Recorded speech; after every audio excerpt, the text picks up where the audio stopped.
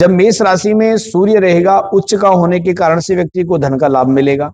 मकान का कोई कार्य रुका हुआ तो उसे करवा सकते हैं। किसी व्यक्ति का शादी के अंदर रुकावट आ रही है तो ये मार्च और अप्रैल के अंदर जो कार्य है वो भी बनने के पूर्ण योग हैं। जून तक दृष्टि रहेगी तो उनका पेपर वगैरह जो मार्च अप्रैल में रहेंगे वो भी बहुत अच्छे जाएंगे। बुध राशि वाले हैं वो श्री गणेश जी महाराज की विशेष पूजा करें। सरकारी अधिकारी से लाभ मिलेगा। सरकारी टेंडर कोई रुका हुआ है तो वो वहां से लाभ मिलने के प्राम प्रीम प्रोम स शनये नमः इस मंत्र का 108 बार शनिवार को। शीतल छाया डायग्नोस्टिक पालम का सबसे बेहतर और एकमात्र ऐसा संस्थान जो उपलब्ध कराता है सुविधा। आपके घर पे एक्सरे, ईसीजी और सभी ब्लड टेस्ट आज ही संपर्क करें। शीतल छाया डायग्नोस्टिक या कॉल करें 82855000। नमस्कार दोस्तों, जैसा कि आप जानते हैं कि नया साल 2026 आने वाला है और नए साल पर हर व्यक्ति ये जानने को उत्सुक रहता है कि क्या नया साल उसके लिए नया लाने वाला है। इसी संबंध में आज हम बात करने जा रहे हैं पंडित आचार्य आशीष शास्त्री जी से, जो कि एक आचार्य के साथ साथ एक एस्ट्रोलॉजर भी हैं। पंडित जी नमस्कार जी। आज हम ये जानना चाहते हैं कि हर व्यक्ति को ये जानने की उत्सुकता रहती है कि जो नया साल आने वाला है वो उसमें उसके लिए क्या अच्छा घटित होने वाला है और क्या बुरा घटित होने वाला है, उसके ग्रहों की स्थिति क्या रहेगी। तो आज सबसे पहले यही जानने की आपसे गुजारिश करते हैं कि ग्रहों की स्थिति व्यक्ति के जीवन में क्या प्रभाव डालती है, यह आप हमें समझाएं। बहुत बहुत धन्यवाद आपका। आपने बहुत अच्छा प्रश्न किया है कि ग्रहों के ऊपर, ग्रहों के आधार पर व्यक्ति के जीवन पर किस प्रकार का प्रभाव पड़ता है। इस संसार में व्यक्ति जन्म लेकर के आता है, उसके आधार पर जन्म पत्री और जन्म कुंडली का निर्माण होता है। उसके बाद में उसके नाम रखा जाता है और शास्त्रों में हमारे 27 नक्षत्र हैं। हर नक्षत्र के 4 चरण हैं और उस 4 चरण का तात्पर्य है कि उसमें से 4 अक्षर हैं। उन 4 अक्षरों के आधार पर ही व्यक्ति के नामकरण संस्कार किया जाता है। 12 राशियां हैं और 9 ग्रह हैं। उनमें सभी राशियों के अंदर हर व्यक्ति के कोई न कोई राशि होती है और उस राशि का कोई न कोई ग्रह स्वामी होता है।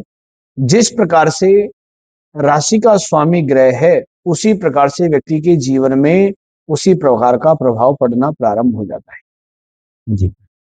जिस प्रकार से आपके नाम राशि है, उसका स्वामी है, उसकी ग्रह की क्या स्थिति है, इसलिए जीवन के अंदर ग्रहों का बहुत ज्यादा इफेक्ट रहता है, बहुत ज्यादा प्रभाव है।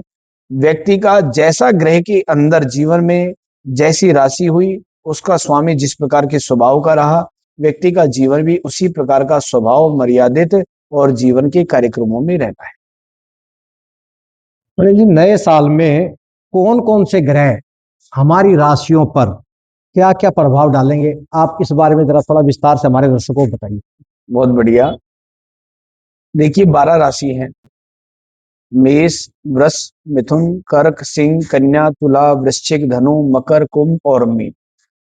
12 राशियों के अंदर पूरा समग्र संसार सृष्टि बनी हुई है, इससे बाहर कुछ भी नहीं है। 9 ग्रह, 12 राशियां और 27 नक्षत्र। सबसे पहले नंबर पे आता है मेष राशि। मेष राशि का जो स्वामी है वो मंगल देवता है। इस बार 2026 में जनवरी से ही मंगल मेष राशि के ऊपर शनि की 7.5 विराजमान रहेगी। और शनि की 7.5 क्योंकि शनि महाराज मीन राशि के अंदर है और मेष राशि पर पूरे साल भर तक शनि महाराज की 7.5 बनी रहेगी। इसलिए 2026 मेष राशि के अनुसार शनि महाराज की उनके ऊपर दृष्टि होने से कार्य में बाधा, थोड़े से ऊंच नीच स्वभाव में, पैर में चोट लगना, इस प्रकार का प्रारंभ में बना रहेगा। 15 जनवरी से 23 फरवरी तक ये राशि के अंदर मंगल जो है उच्च राशि में आएगा, मकर राशि में, और मकर में आने से मेष राशि पर चतुर्थ भाव की दृष्टि रहेगी। इसलिए उस समय पर इनके कार्य भी बनेंगे। मेष राशि वालों के उस समय पर काफी जो रुके हुए काम होंगे वो बनना प्रारंभ हो जाएंगे। उसके पश्चात में 23 फरवरी से 2 अप्रैल तक मंगल 11वें भाव में राहु युक्त होने से जितनी भी योजनाएं व्यक्ति पहले से प्लानिंग कर रहा होगा उनमें राहु क्या करता है कि एक भ्रमित ग्रह है। जब राहु भ्रमित करेगा तो उनमें योजनाओं में भी थोड़ी असफलताओं का सामना करना पड़ सकता है। उसके पश्चात में 2 अप्रैल से 11 मई तक मंगल द्वादश भाव में व्यय राशि के अंदर चला जाएगा और शनि के साथ में संयुक्त होने के कारण से व्यक्ति का खर्चा बढ़ेगा, कहीं यात्राओं में खर्च होगा क्योंकि 12वां भाव खर्चे का है, तो इसलिए वहां पर थोड़ा खर्च होने का, यात्राओं में इधर उधर खर्च होने का योग बनेगा, फिजूल खर्ची बनेगा। उसके पश्चात 14 अप्रैल से 14 मई तक सूर्य इस राशि में रहता है, मेष राशि के अंदर। जब मेष राशि में सूर्य रहेगा उच्च का होने के कारण से व्यक्ति को धन का लाभ मिलेगा, कहीं ना कहीं से धन अवश्य आएगा।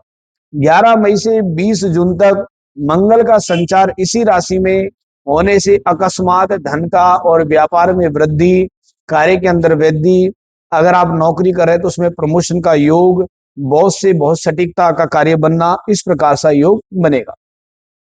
18 सितंबर से 12 नवंबर तक मंगल कर्क राशि में अर्थात अपनी नीच राशि में होने के कारण से जो कार्य आपका सहज रूप से चल रहा था उसमें फिर वापस अड़चन आएगी इन महीने के अंदर, सितंबर, अक्टूबर, नवंबर के अंदर फिर उस व्यक्ति को वहां पर थोड़ी अड़चनें उत्पन्न होंगी।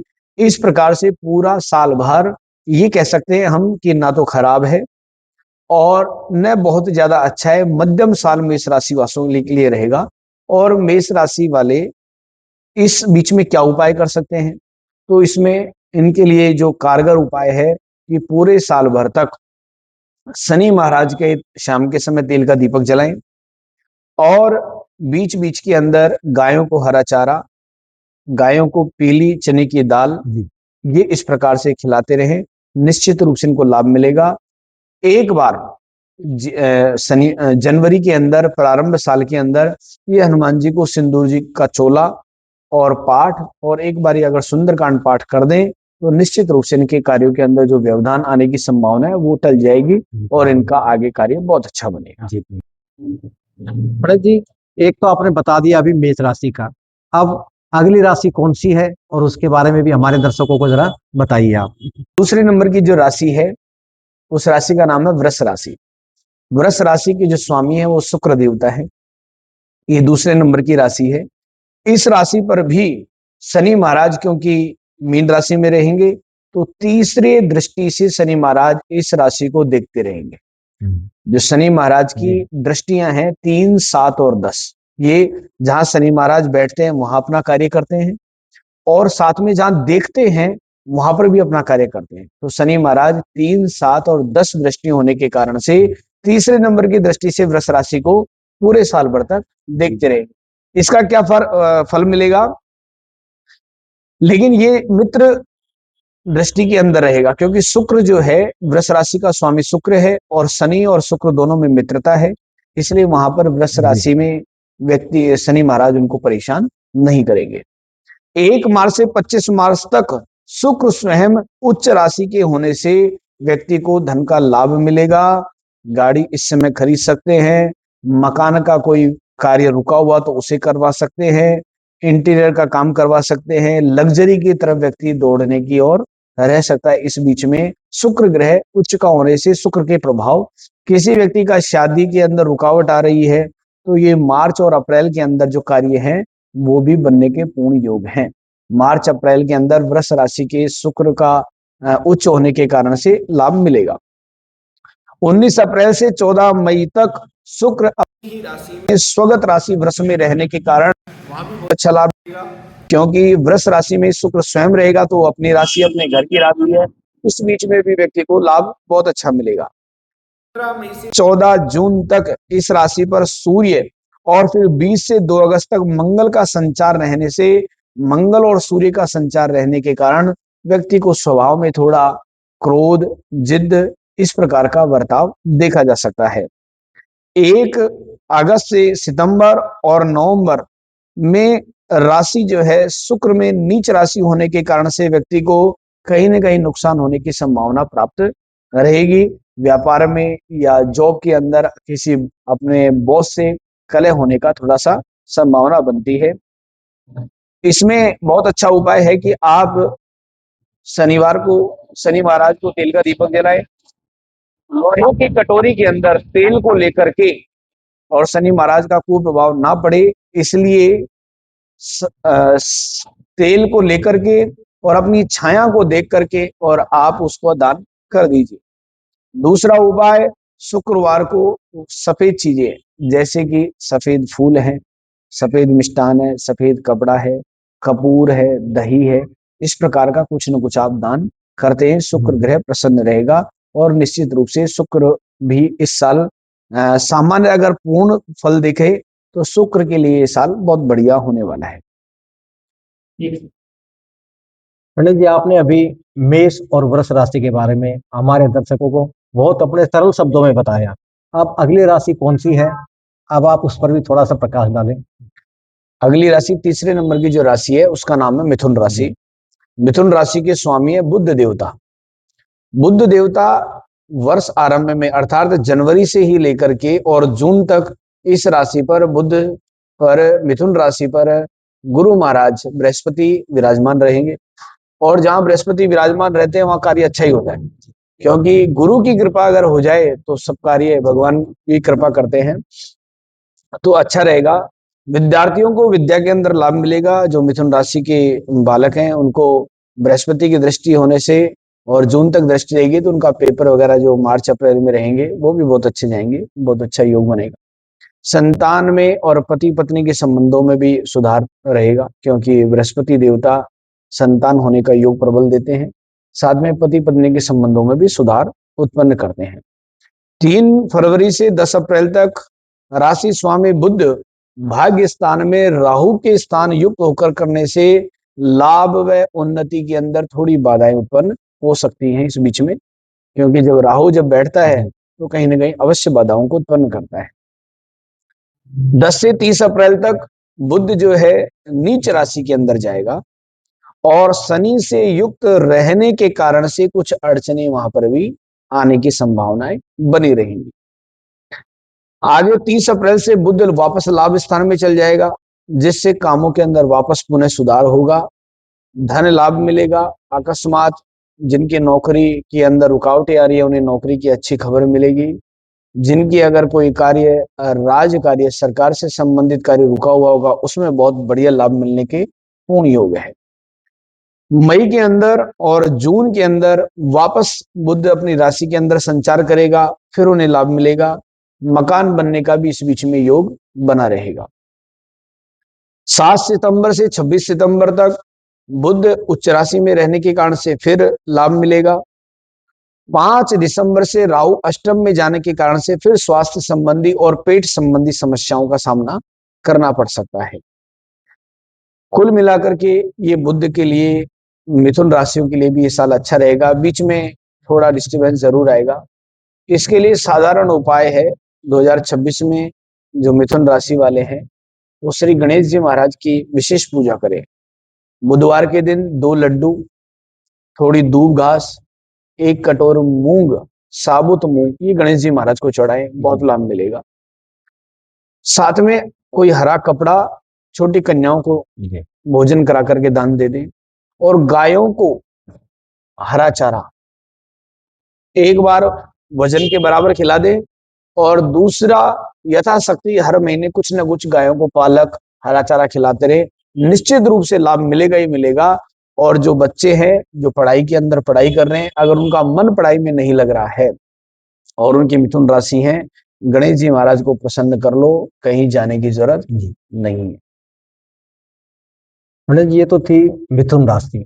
अब अगली राशि कौन सी है उस बारे में भी आप जरा हमारे दर्शकों को बताइए। बिल्कुल, चौथे नंबर की अगली राशि है कर्क राशि। कर्क राशि के जो स्वामी हैं वो चंद्रमा है जी, और सबसे ज्यादा मूव फास्ट, जल्दी गति से चलने वाले चंद्रमा है। कोई ग्रह 1 महीने तक एक राशि पे रहता है, बृहस्पति 1 साल तक रहता है, बुध देवता भी 1.25 महीने तक रहते हैं, लेकिन चंद्रमा मात्र 2.5 दिन तक ही एक राशि में भ्रमण करता है, और चंद्रमा मन का कारक है। जी तो वर्ष आरंभ से ही दिसंबर तक राहु अष्टम भाव में संचालित होने के कारण से अगर हम कर्क लगन की कुंडली लगाते हैं राशि के हिसाब से, तो राहु अष्टम में चला जाएगा। तो कर्क राशि को अष्टम का तात्पर्य है कि व्यक्ति को पेट से संबंधित समस्याओं का सामना करना पड़ता रहेगा। थोड़ा मानसिक तनाव भी व्यक्ति को रह सकता है। मंगल की सप्तम अष्टम दृष्टियां रहने से मानसिक तनाव, उत्तेजना, क्रोध आदि रहेगा। व्यक्ति परिश्रमी है और लेकिन उसका मन चंचल रहेगा, मन चलायमान रहेगा।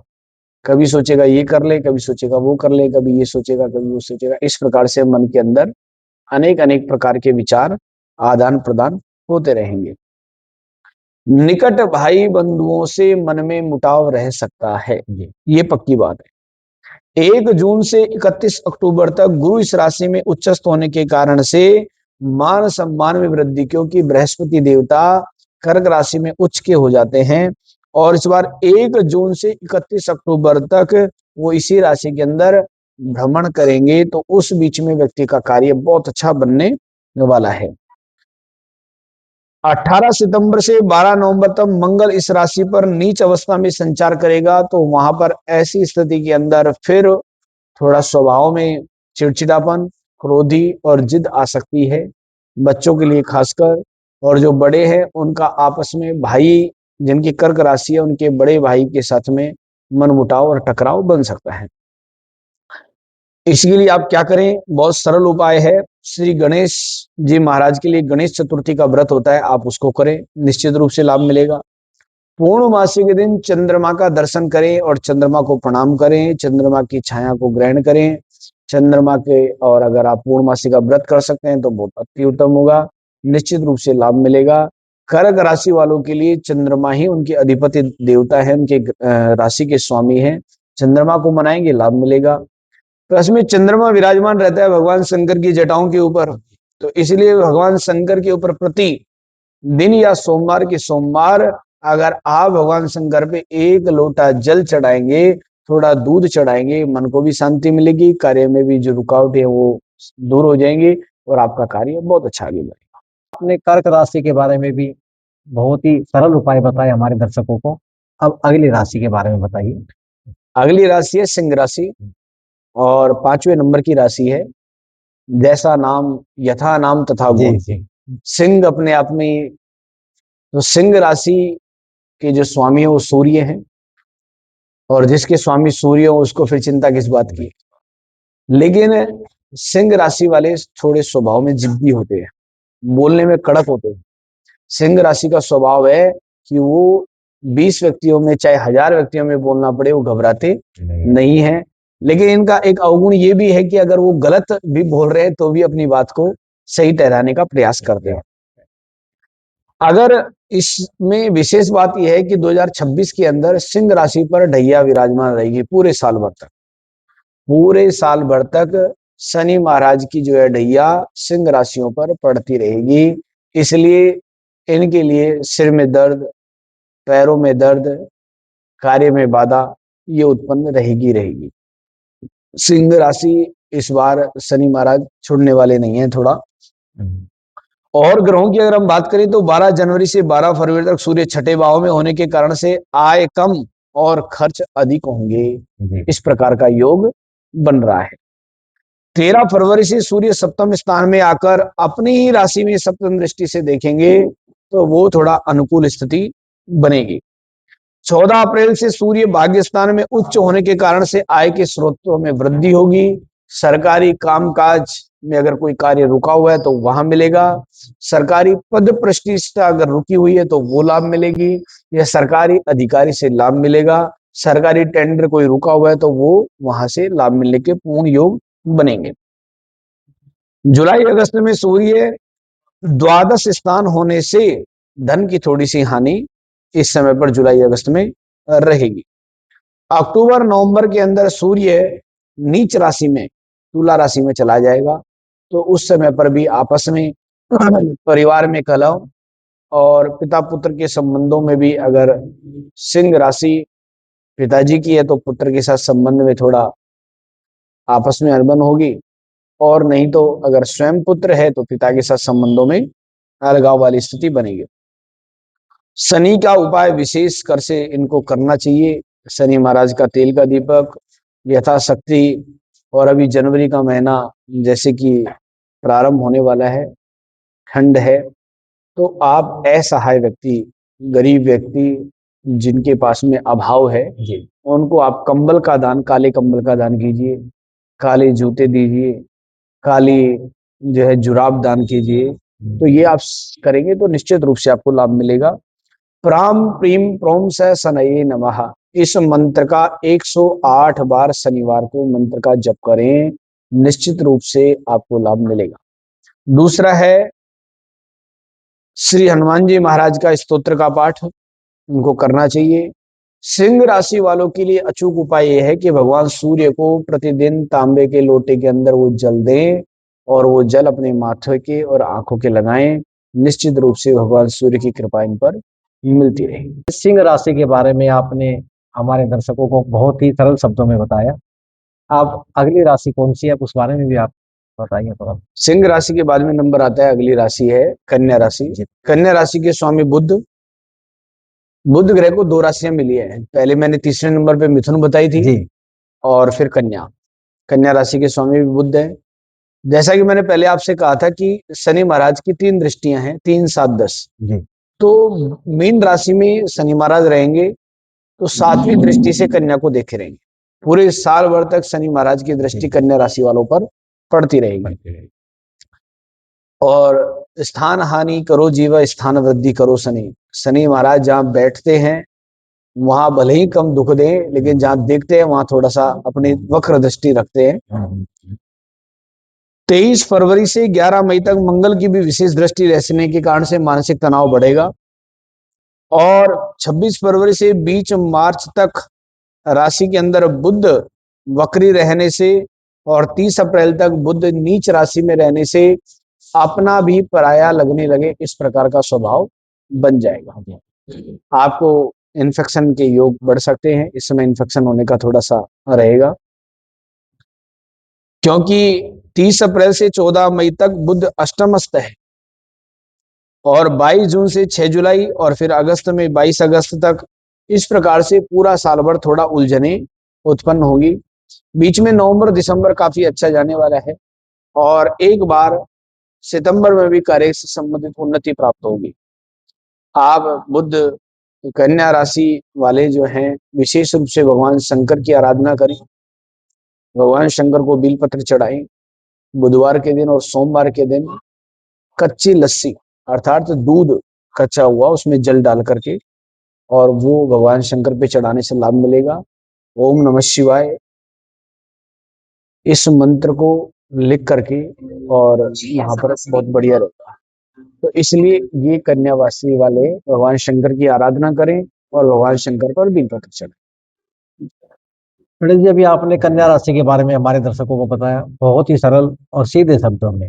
अब आप अगली राशि के बारे में भी हमारे दर्शकों को बताइए। अगली राशि है तुला राशि, जी और तुला राशि के स्वामी शुक्र देवता हैं।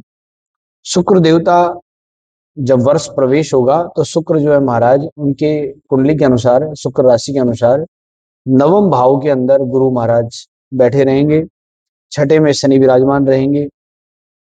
गुरु नवम में भाग्य स्थान पर बैठने के कारण से, विशेष दृष्टि होने के कारण से थोड़ा ऊपर नीचे प्रभाव पड़ेगा, क्योंकि बृहस्पति ये देवताओं के गुरु हैं और शुक्र जो है वो राक्षसों के गुरु हैं, और उनके ऊपर अगर बृहस्पति की पंचम दृष्टि पड़ती है तो आपस में उलझने बढ़ जाती है। तो वो थोड़ा सा समय देखने को मिलेगा आपस में, पारिवारिक से संबंधित या धार्मिक। ऐसा व्यक्ति धार्मिक जरूर होता है, लेकिन बीच में तर्क वितर्क अवश्य करता है। तुला राशि वाले धार्मिक होते हैं, लेकिन वो क्वेश्चन पुटअप करते हैं, उनको सब चीजों की जानकारी उसमें होना चाहिए। ये नहीं अंधविश्वास नहीं करते, तार्किक होते हैं। इस प्रकार का तुला राशि वालों का रहता है। 25 मार्च से 19 अप्रैल तक शुक्र स्वगृही रहेगा, अपने घर की रहेगा, तो उस बीच में नया भवन, नई गाड़ी या नया कोई कार्य करने का योग तुला राशि वालों के लिए बनता रहेगा। 14 अप्रैल से 14 मई के बीच में सूर्य की नीच दृष्टि होने के कारण से आपस में पिता पुत्र में या परिवार के अंदर संबंधों के अंदर कहीं 19-20 की संभावना है। सितंबर और नवंबर के अंदर वापस फिर शुक्र अपने घर के अंदर रहेगा, संचार करेगा तो अकस्मात धन का लाभ मिलेगा। निश्चित रूप से कहीं अच्छी खबर मिलेगी, परिवार के अंदर कोई मांगलिक कार्य होंगे और वहां से भी निश्चित रूप से लाभ मिलेगा। शुक्र जो ग्रह है उनको प्रसन्न रखने के लिए शुक्रवार को खीर माँ भगवती को भोग लगाएं और कन्याओं को खिलाएं। ये बहुत श्रेष्ठ उपाय है। इसको करने से जितने भी ग्रह हैं वो सारे शांत हो जाते हैं। श्री सूक्त का जिनको ऐसा लगता है कि धन का अभाव है या कार्य में रुकावट आ रही है, धन कहीं फंसा हुआ है, रुकने आ नहीं रहा, तो आप श्री सूक्त का माँ लक्ष्मी जी का पाठ करें। 16 पाठ करने से लाभ मिलेगा जी। और साथ में एक बार विष्णु सहस्त्र नाम करें, निश्चित रूप से लाभ मिलेगा। गायों को हरा चारा और गुड़ ये खिलाएं शुक्रवार को। जो कार्य नहीं हो रहा वो निश्चित रूप से होगा, ये मेरा अनुभव भी है और शास्त्र प्रमाण। पंडित जी, तुला राशि के बारे में आपने हमारे दर्शकों को बहुत ही सरल शब्दों में बताया। अगली राशि कौन सी है, अब आप वो भी हमारे दर्शकों को बताएं। अगली राशि हमारी वृश्चिक राशि 8 नंबर की राशि है और इसके स्वामी है मंगल देवता। जी। मंगल देवता इस राशि के स्वामी हैं और जैसे ही वर्ष प्रवेश होगा तो दूसरे भाव में सूर्य, मंगल और बुध और शुक्र ये लगन कुंडली के अंदर, वर्ष कुंडली के अंदर विराजमान रहेंगे। 15 जनवरी से 23 फरवरी तक मंगल अपनी उच्च राशि में रहेगा। इसमें पराक्रम का योग बनता है। अगर किसी का पुलिस से संबंधित, आर्मी से संबंधित कार्य हो तो उसमें लाभ मिलेगा, क्योंकि मंगल के लिए यह बहुत अच्छा संयोग होता है। सेना के अंदर व्यक्ति अगर है या सेना से संबंधित कोई कार्य है, पुलिस से संबंधित कार्य है, तो उनमें अच्छा उनका संयोग मिलता है। जिनकी भर्ती पुलिस में होनी है तो वृश्चिक राशि वालों का बहुत अच्छा योग है कि उनका सरकारी पद के अंदर नंबर इस बीच में आ जाए। 14 मई से 14 जून तक सूर्य मित्र दृष्टि में रहेगा, सूर्य सपोर्ट करेगा तो वो भी लाभ मिलने वाला है। 11 मई से 2 अगस्त तक इस राशि पर मंगल की फिर अपनी ग्रह की दृष्टि रहेगी, तो फिर वो भी इस बीच में वहां पर भी लाभ मिलेगा। और कुल मिलाकर के नवंबर दिसंबर के अंदर बीच में थोड़ी बाधाएं उत्पन्न होंगी, लेकिन वर्ष प्रवेश की स्थिति से लेकर के और अंत तक यह राशि के अंदर श्री हनुमान जी महाराज की बड़ी विशेष कृपा रहेगी।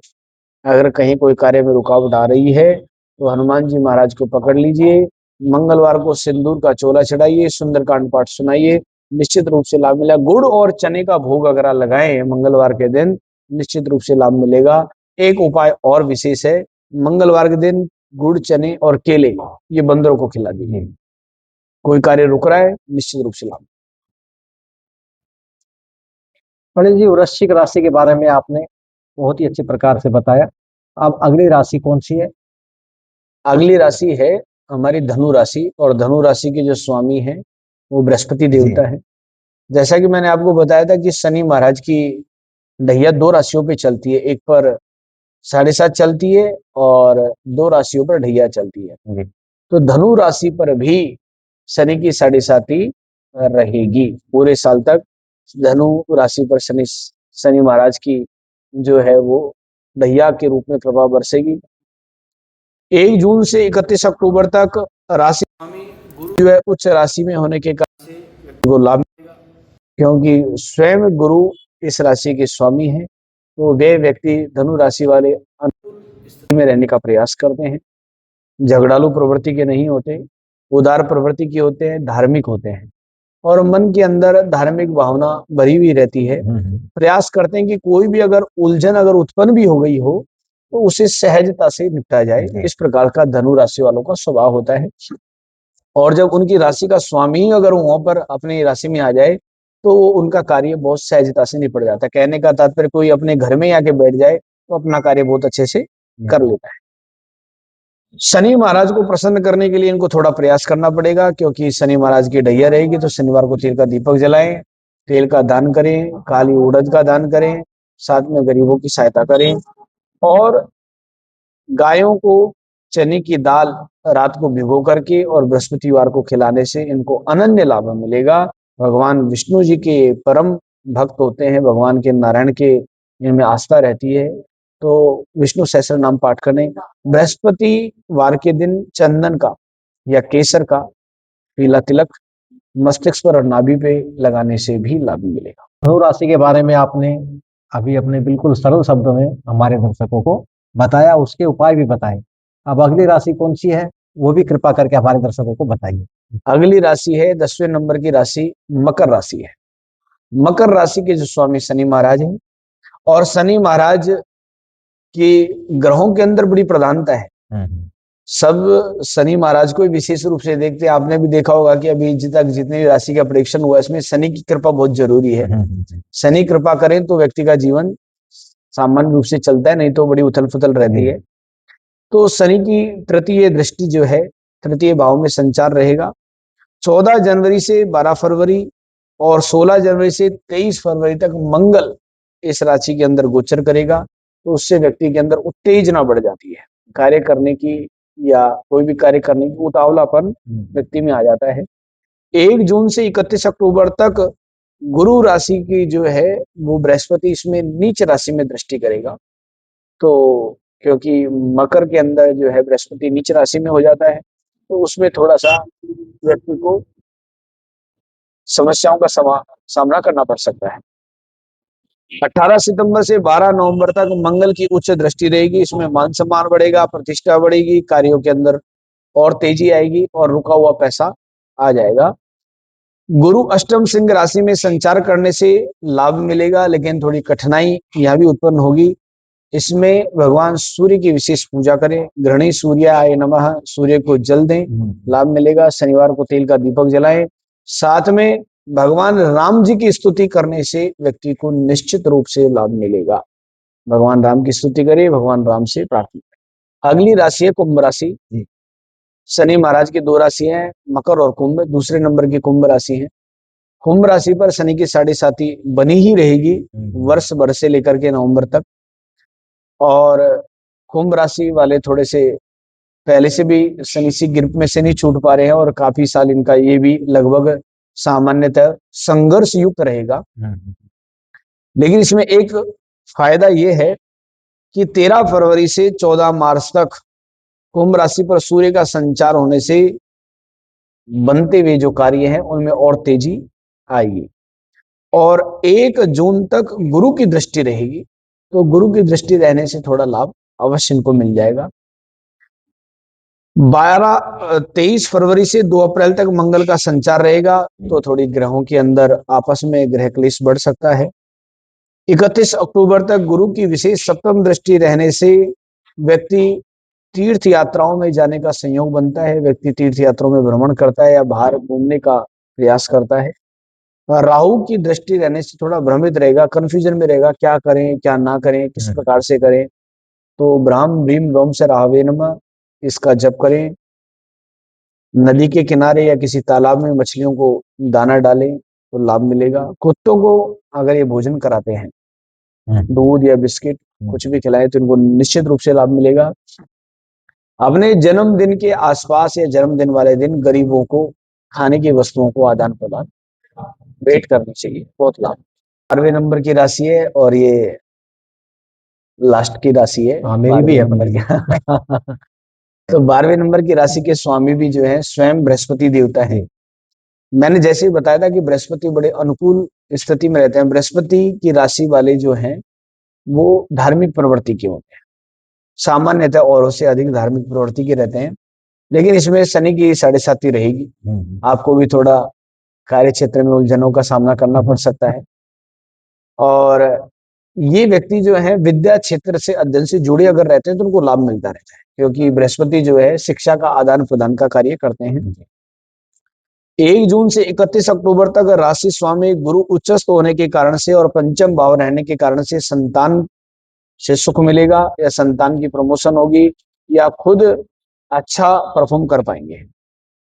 18 सितंबर से 12 नवंबर तक भाग्येश मंगल नीच राशि रहने के कारण से अचानक खर्चे बढ़ जाएंगे, और जिनको बीपी रहता है वो उनको बीपी की शिकायत थोड़ी सी ज्यादा बढ़ सकती है। तो इस ऐसे समय पर थोड़ा ध्यान रखें अपना। प्रत्येक वीरवार को केले के पौधे के पास जाकर गुड़ चने के माध्यम से पूजा करें, लाभ मिलेगा। नमः शिवाय का जप करें, हल्दी का तिलक माथे पर लगाएं, लाभ मिलेगा।